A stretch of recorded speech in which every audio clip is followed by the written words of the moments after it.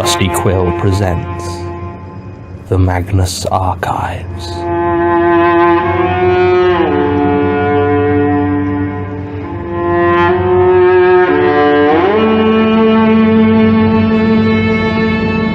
Episode 12. First Aid.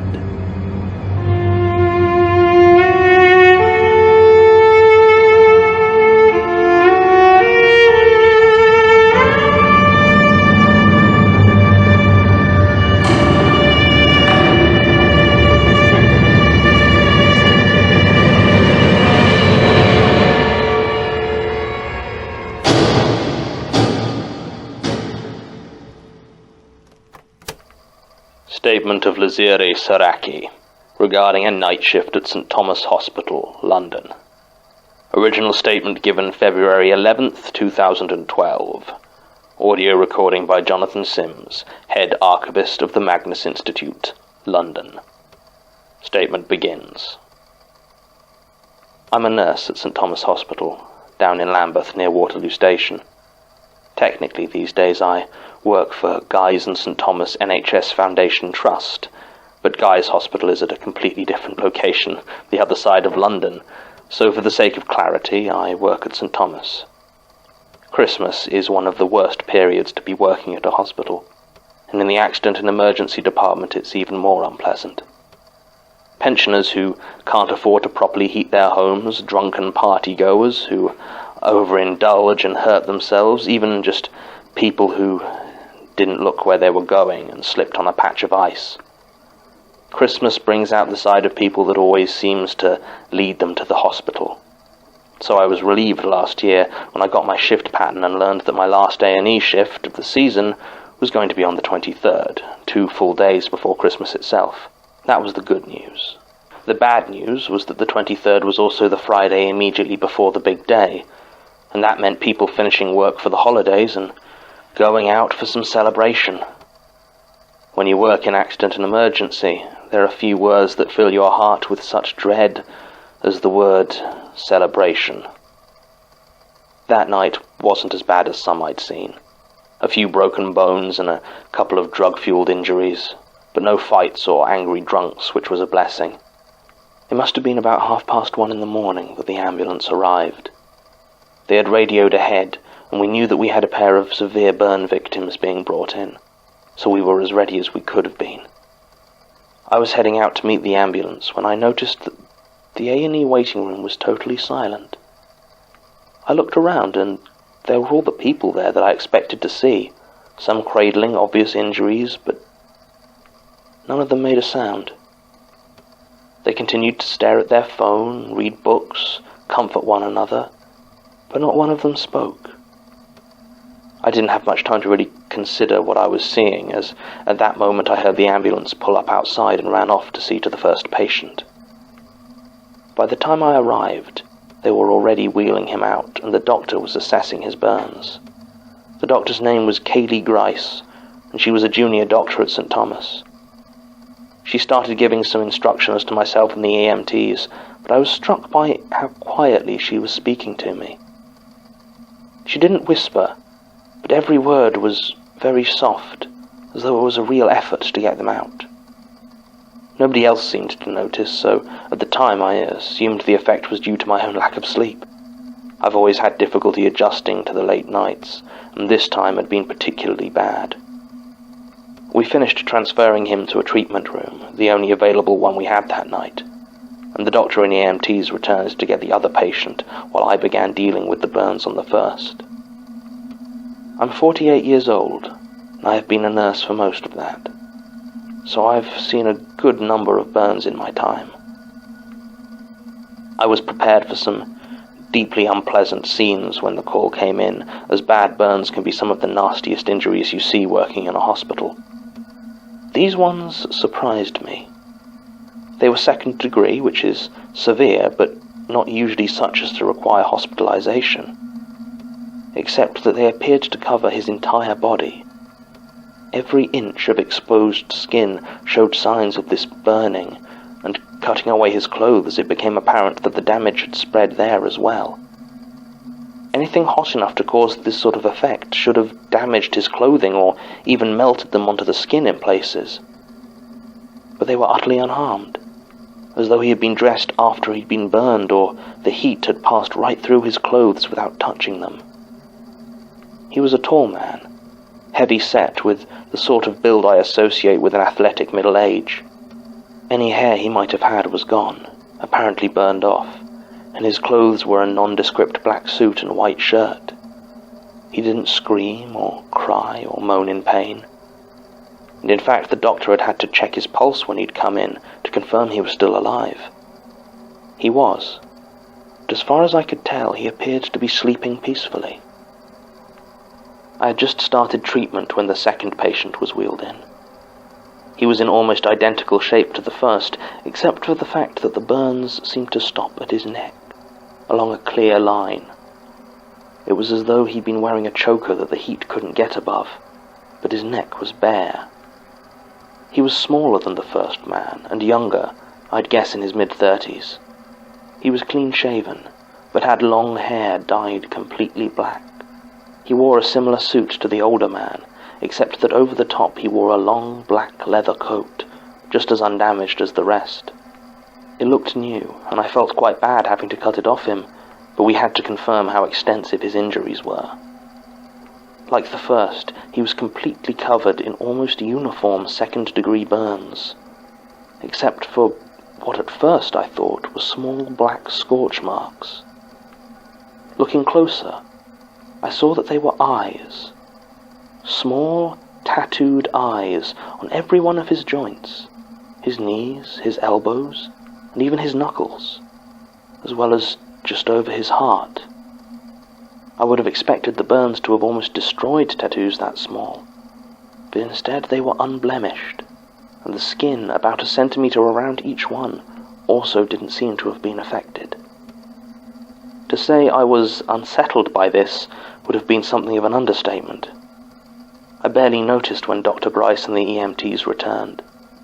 They seemed to be talking normally now, and discussing who these two people were. Apparently the fire brigade had responded to reports of a blaze in a building site near St. Mary's churchyard and had turned up to find the two men lying unconscious. There had been no fire, although the ground they lay on showed several burn marks, and a metal bar that had been lying nearby appeared to have bent slightly, as if from great heat. The fire service had called out an ambulance, and they had brought the men here. Apparently the older one hadn't had anything on him at all, no ID, no phone, no keys, nothing. While the younger man had only a Zippo lighter with an eye design on it, similar to the one tattooed all over him, and an old passport that identified him as Gerard Key. I never got to look at the passport, but from the way the EMTs were talking about it, I gathered the man was well-travelled. It was at this point that the EMTs had to head out on another call, and Dr. Grice and I got down to treating the two men, the weirdness temporarily forgotten. Medically speaking, there was nothing abnormal about the burns, and it didn't take as long as I had feared to get them properly cleaned and bandaged. Throughout it all, the two of them didn't stir, and I wondered if they were comatose, but that sort of diagnosis would require a lot more testing, which probably wasn't going to happen that night. So, having finished giving them what treatment we could, the men were moved to one of the few wards with bed space, and I returned to working A&E. And, for an hour or so, I forgot about the odd strangers that lay unconscious just a few doors away. I only noticed them again when I had to pass through that ward heading towards the nearby stockroom for some more gauze. As I walked through, I became aware of a sound coming from the bed of the older burn victim. I never did find out his name. I walked towards him slowly, straining my ears to hear what he was saying. It was so quiet as to be almost inaudible, but was definitely words, the same words over and over. The more I heard, the more it sounded like most of them weren't in English. The first sounded like a sark, or a sarg, then vipalach, and finally in English, the lightless flame. The last part was very clear, and I assumed he was talking about whatever burned him, but he said it with such intensity that the words made me feel quite uncomfortable. His eyes were still closed and his lips were barely moving. I started to feel warm, like there was a fever quickly creeping out towards my skin. It wasn't the first time I'd had a reaction like this, though, so I took a moment to center myself, and the feeling receded. The burned man was still whispering. I might even have called it chanting, and I wasn't entirely sure what to do, so I checked his bandages to make sure that they didn't need changing, and left to go and continue my shift. If I saw Dr. Grice, which was more than likely, then I could tell her that our mystery burn victim had started talking. Mostly I just wanted to get out of that room for as long as possible. It was as I returned to the main accident and emergency reception that things started to get really strange. And by really strange, I mean that the reception was completely empty. I don't care how late it gets, and at this point it was nearly 3 a.m, the waiting room for A&E is always full, especially on a night like this. I mean, I'd been in there not 5 minutes before, and there were upwards of 30 people. But now it was utterly deserted. Even the staff at the admissions desk were gone. I was freaked out, quite frankly, and started checking through all of the examination rooms, the wards next door, and the individual patient rooms. All empty, except for those patients physically too sick to move or hooked up to IVs. They lay there sleeping, and part of me wanted to wake them just to hear the sound of another human being, to not be alone. But like I say, it was 3 a.m, and weird as all this was, I couldn't justify waking up patients just to put my own mind at ease. I went as far as to make as much noise as possible directly outside their rooms, but they just slept on. It was as I returned to the waiting room for the 3rd time in as many minutes that I heard it. It sounded like the growl of an animal, a rolling, angry sound, and I realized that the floor was shaking ever so slightly. I looked around for the source of the noise. I was getting more and more frantic by the second, and then I saw it. Lined up against the wall of the waiting room were 2 vending machines. I rarely paid them any attention, as there were better options in the staff room, and one or both of them were usually out of order. But I now saw that the one on the left, a clear-fronted machine that stocked bottled soft drinks, was shaking violently. As I got nearer, I saw why. In every bottle, in every row of the machine, the drinks appeared to be violently boiling.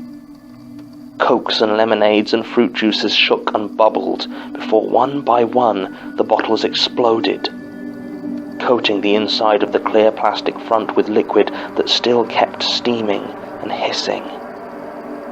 It couldn't have taken more than 30 seconds for all of them to pop. And then the waiting room was silent once again. At this point, I was just about ready to abandon my shift and leave the hospital. Whatever was going on there, I wanted no part of it. I ran towards the door leading from the A&E to the chill of the December night, not something I would ever have thought I'd look forward to. As I approached, though, I noticed that the plastic at each end of the metal handles was ever so slightly warped. I tentatively touched the back of my hand to them and withdrew it almost immediately. I didn't even have to touch it to feel the intense heat radiating from the door. I almost wept. If I was getting out of there, it wasn't going to be through that door. I started to make my way back through the wards, heading towards another exit, but as I passed through, I could hear the burned man still mumbling to himself, louder now, so that his weird chant was audible even outside of his room, and it was starting to get to me. I went in.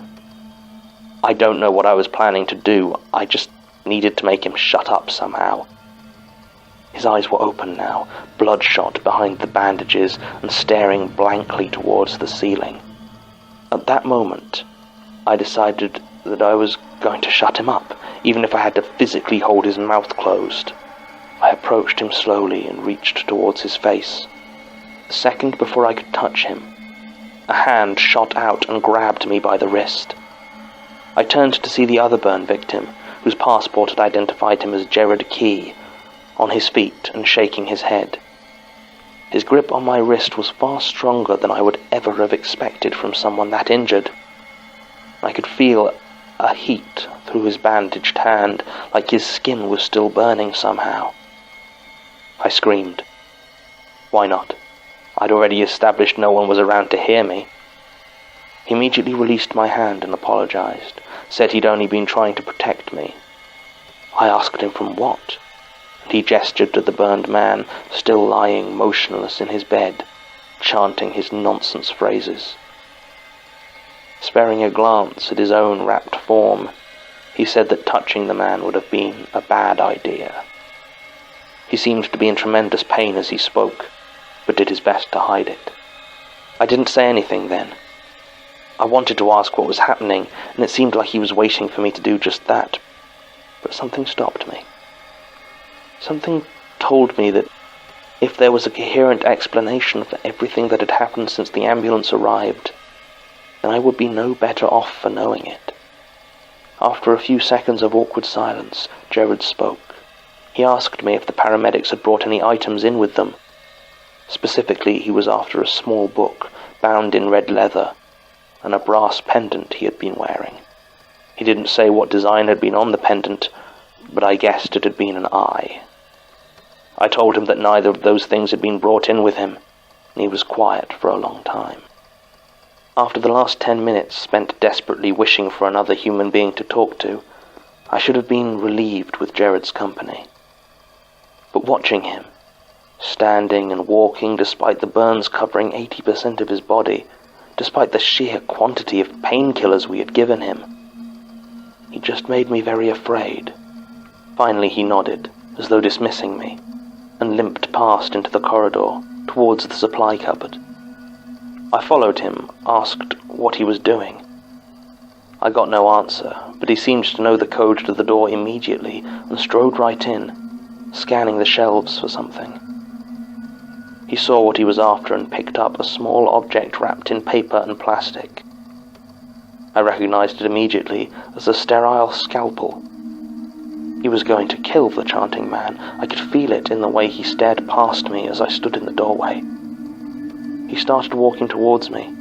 The storage room was not big, and it took him barely a second before he was in front of me, but it was the longest second I've ever experienced, as I tried to decide whether to risk my own life for that of the burned stranger, blankly chanting his unsettling prayer. Behind Gerard, I saw bottles of saline solution start to bubble and boil. I stepped aside. He nodded in appreciation, and said something that I remember very clearly, even though it still makes no sense. He said, "Yes, for you, better beholding than the lightless flame." I didn't try to stop him as he walked back into the ward. I just stood there and watched as he took out the scalpel, muttered some words I couldn't make out, and plunged the blade into the center of the chanting man's throat. At that moment there was the sound of sizzling and a smell like rotten meat on a grill. I watched as the flesh around that wound began to blacken and crack. The bandages curled and disintegrated, and the scorched skin spread over his body like water. There was no fire, and I felt no heat. But over the course of 20 seconds, I watched this man's body cremate itself to ash. Even the scalpel was gone. Gerard Key walked over to his own bed, and picking up the empty bedpan beneath it, gently swept the ashes into the basin and handed it to me, asking me to dispose of it. I took it and numbly walked out, heading towards a medical waste bin. As I walked the corridor, I noticed a figure at the other end. It was Dr. Grice. I'm not ashamed to admit that I wept in relief as I ran to the waiting room and saw it once again full of people complaining and moaning to themselves. By the time I was finished and got back to the room, Gerard was lying in his own bed, apparently sleeping. I considered asking him now what had happened, but at that moment another ambulance arrived with 3 members of a Christmas party that had gotten dangerously out of hand. And just like that, the rest of my shift was gone. Jared Key was treated for a further 4 days in the hospital before being discharged into the care of his mother. I tried to talk to him about what happened, but he was on a lot of painkillers and never seemed to really register I was there. It may have been feigned, I suppose, but in the end the result was the same. Since then I've just tried not to think about it. I'd managed to get almost 30 years of nursing under my belt before something like this happened, so with any luck, I'll be long retired by the time anything like it happens again. I worry sometimes, though. Over the last few months, when I'm alone on the wards, I get the feeling I'm being watched. Not threatened or judged, just watched. I avoid that storeroom, particularly. Statement ends. There's obviously a lot to unpack here, so let's start with what is provable. Sasha managed to get access to the hospital records for this period, and they do list the admission of Jared Key and an unknown male for burn injuries similar to what Ms. Saraki described. Furthermore, there are only discharge papers for Jared Key, and a short police report on the disappearance of the second burn victim.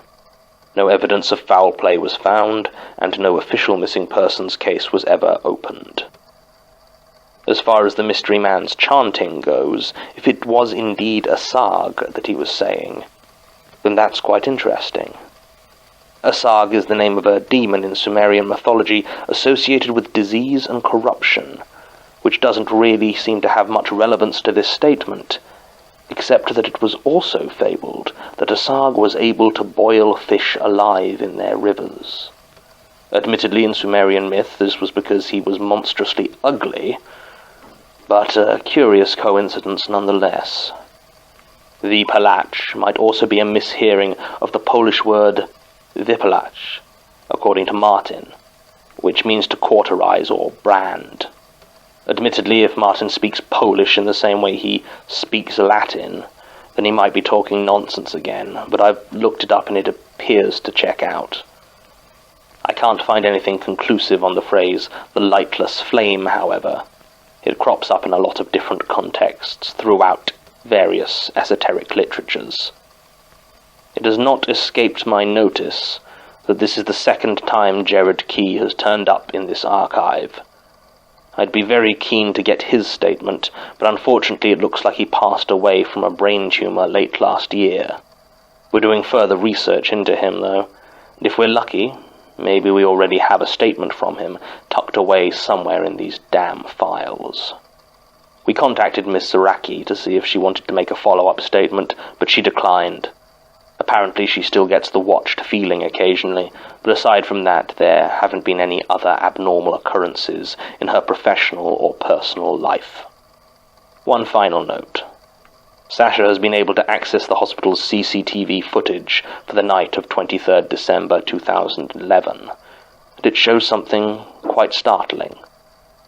I had assumed that there was a significant hallucinatory element to Ms. Saraki's story, and indeed the ward where Jared Key was admitted didn't have a camera. But the accident and emergency waiting room did.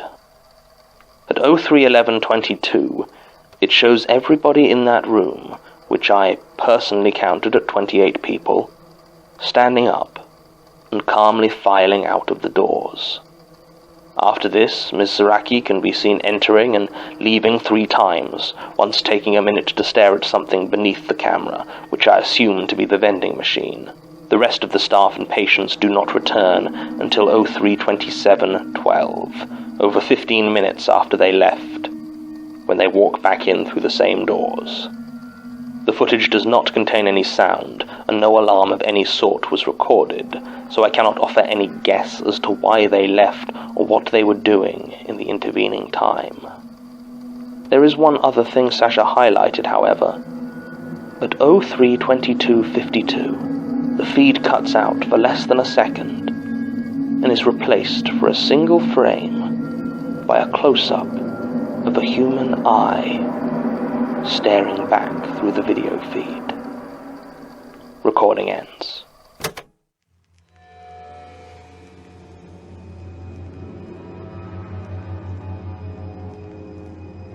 The Magnus Archives is a podcast distributed by rustyquill.com and licensed under a Creative Commons Attribution-Noncommercial-Sharealike International License. Today's episode was written and performed by Jonathan Sims. It was produced by Alexander J. Newell, Mike LeBeau, and Murray Porter, and directed by Alexander J. Newell. To comment on episodes, make donations and view links, images, videos, and show notes, visit rustyquill.com. Rate and review us on iTunes, visit us on Facebook, tweet us on Twitter at The Rusty Quill, or email us at mail@rustyquill.com. Thanks for listening.